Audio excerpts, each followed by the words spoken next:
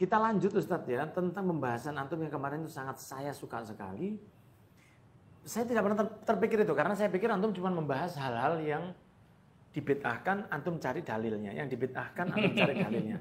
Ternyata sekarang kemarin ini karena isu nasab yang sudah mulai menyusut ya, mulai menyusut Ustadz.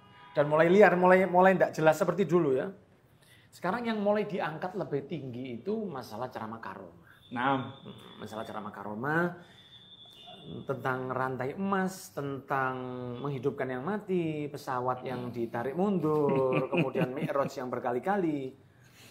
Masya Allah. Walaupun sebetulnya karomah ini ada, Ustaz. Ya, karena kan yang kita ketahui secara umum seorang rasul mendapat mukjizat, seorang wali mendapat karomah, seorang manusia mendapat maunah, seorang kafir mendapatkan istidraj. Itu sesuatu yang sudah umum sekali. Jadi sebetulnya tidak perlu heran lah ya tentang karomah itu ada. Kalau di Al-Quran kita tahu bahwa murid Nabi Sulaiman bisa memindahkan singgasana Ratu Balkis yang kurang lebihnya 1.400 sekian kilometer itu hanya cukup mengedipkan mata saja. Dan itu terjadi. Begitu pula beberapa karomah yang lain seperti mungkin bantuan Allah kepada Ashabul Kahfi yang mereka bisa tidur 309 tahun. Kemudian hal-hal yang lain yang tidak bisa dibayangkan oleh akal manusia secara normal, di Al-Quran pun ada. Cuman memang dalam hal ini ada yang terjadi kepada para wali yang akan terjadi sampai akhir zaman. Masalahnya adalah orang-orang ini merasa bahwa wali itu zaman dulu saja. Sekarang ini cuma wali murid sama wali kelas. Padahal sebetulnya di dalam Rosafat dikatakan mereka itu masih... Beb, jangan di Rosafat. Itu fatwanya Syekh Ibnu Taimiyah. Oh gitu ya. Iya betul Ustaz. Jadi di Majmu' fatwanya Ibnu Taimiyah itu di Aqidah Wasithiyah namanya. Itu beliau mengatakan hal-hal seperti ini itu ila yaumil qiyamah. Yang namanya karomah aulia ini. Betul. Oh, jadi kalau Rosafat kan kitab kita Ustaz. Ya, kita harus menyeberang Ustaz ya. Betul Ustaz. Itu masih ada menurut Imam Ibn Taimiyah masih akan terus ada itu ya. Akan terus ada ila yaumil qiyamah. Cuman kata di Rosafat itu mereka tertutup dari mata orang yang kurang paham. Masya Allah. Ini bagusnya tadi antum menyebut masalah Ibn Taimiyah. Yang antum lakukan dari pembelaan kemarin itu, bagaimana cara antum cari dari kitab atau dari rembukan ke teman sampai akhirnya antum membahas di Nabawi TV kita lihat. Allah. Itu gimana Ustaz? Antum melihat terus tertarik sampai mencari itu yang antum lakukan itu apa aja Ustaz? Itu sebetulnya gayung bersambut Habib. Jadi sebelum Ramadan itu banyak sekali DM yang meminta Al-Fakir bahas soal karomah. Iya. Cuma memang Al-Fakir selalu mengukur kalau belum komprehensif, belum utuh pembahasannya, biasanya Al-Fakir mencoba untuk sabar dulu. Kita lengkapi dulu referensinya, kalau udah lengkap baru. Itu ciri khasnya di Pondoknya Ustaz Taufik begitu ya. Anak saya 2 mondok di sana. Oh gitu, Masya Allah. Nah, di saat yang bersamaan Al-Fakir dihubungi sama Nabawi TV, Said Fikri bin Syahab. Oh itu ganteng orangnya, Masya Allah. Ya. Semoga nanti bisa bersama kita. Insya Allah, Habib. Dan entah karena beliau yang wali atau saya yang wali. Dua-duanya. Tahu-tahu beliau meminta Al-Fakir untuk bahas ini. Gitu. Oh gitu, beliau yang minta ya. Ya, jadi ini provokatornya beliau ini. Iya, dan lebih karena permintaan Nabawi TV, permintaan Ustaz Taufik juga, dan beliau yang mengeksekusi. Nah, sebetulnya Al-Fakir sudah mengumpulkan beberapa data. Nah, alhamdulillah di Nabawi TV ini kami punya teman duduk yang semakin banyak. Akhirnya datanya semakin lengkap hingga muncullah video itu yang 1 jam 1 menit. Betul. Gitu, itu luar biasa sekali. Itu mengumpulkan datanya hampir 2 bulan. Makanya itu anak pikir ini nggak gampang ini. Soalnya begini Ustaz, antum memberi pemahaman kepada sesuatu yang kita sendiri aja tidak paham. Banyak orang asal sendiri masih bingung. Masya Allah. Masih bingung, ini kok bisa begini, ini kok bisa begini, maksudnya gimana? Di video itu sangat luar biasa sekali. Saya sangat mengapresiasi antum dan Nabawi TV.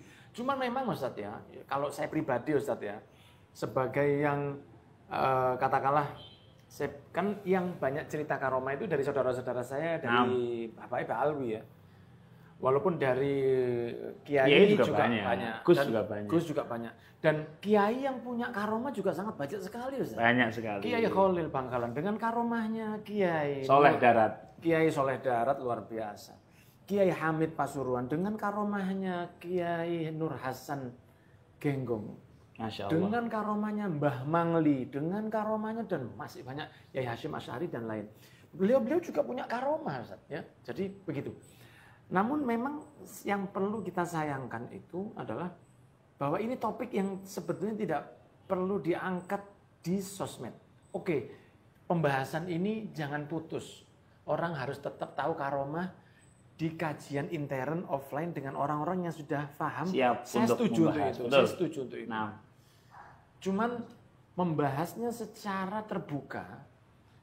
Oke, yang hadir mungkin apalagi glorifikasi. Oh, itu dia. Itu bahaya juga. Ustaz. Bahaya, Ustaz. Karena begini, Ustaz. Al-Fakir sendiri, Ustaz, ya. Tidak lama, Ustaz. Setahun 2 bulan lah. Karena waktu itu saya sudah punya anak 2. Alhamdulillah, saya baru ke Darul Mustafa.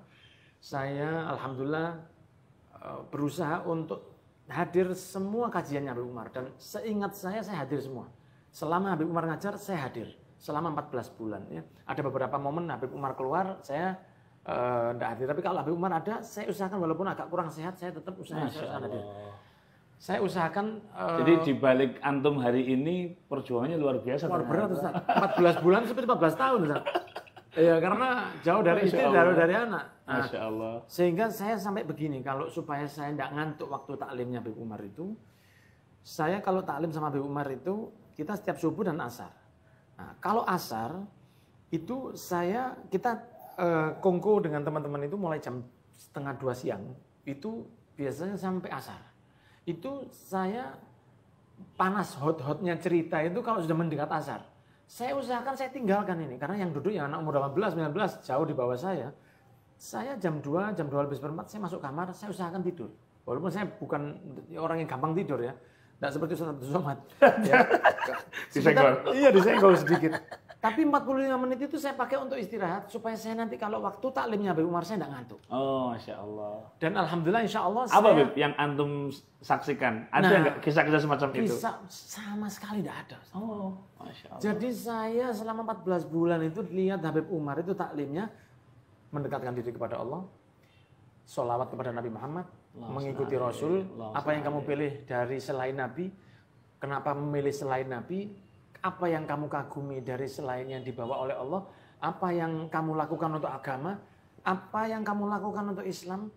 Bagaimana hubunganmu dengan Allah? Tidak ada sama sekali, Ustaz.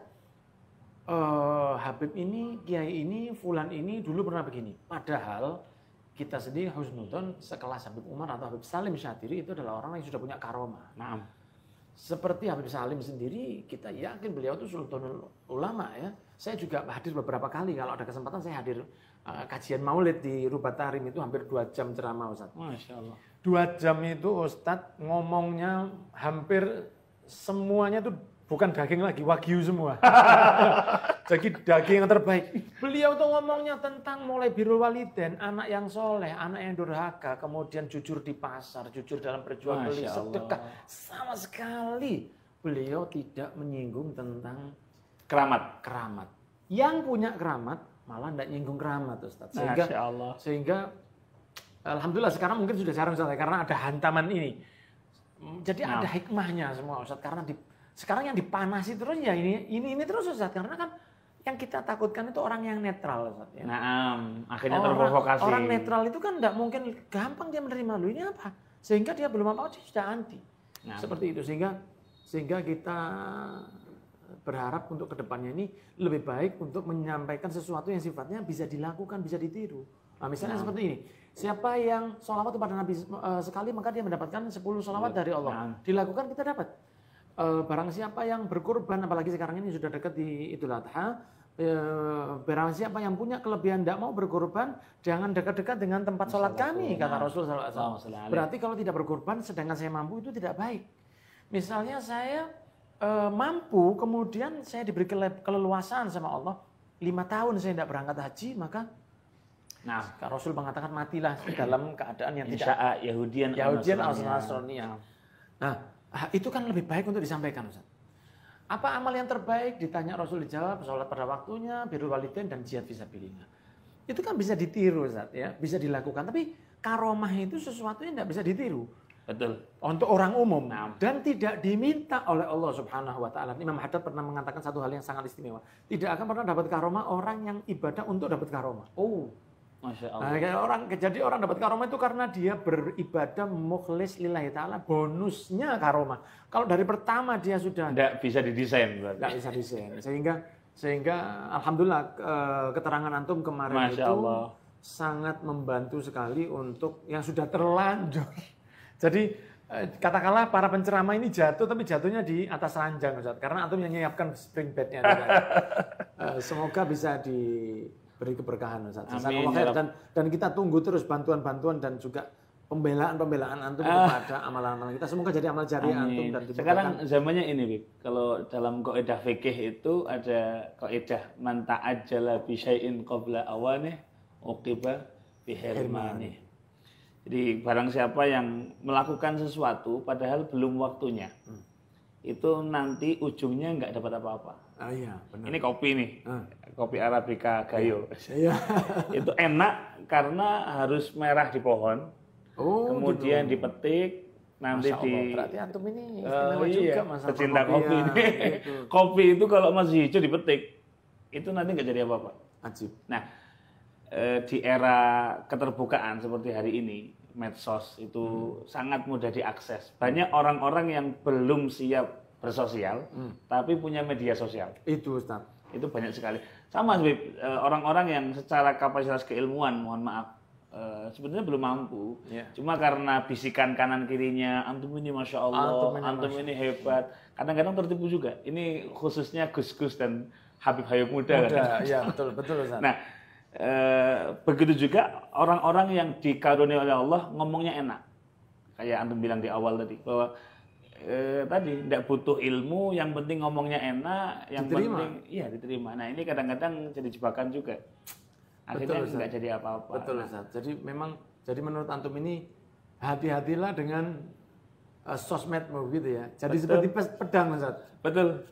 Sosmedmu harimau. Masya Allah, jazakallah khairan. Alhamdulillah, semoga Allah mudahkan hajat antum. Amin ya Rabb wa antum kadzalika. Jazakumullah. Ini kesempatan yang luar biasa. Masya Allah, Allah yang balas, Ustaz. Amin.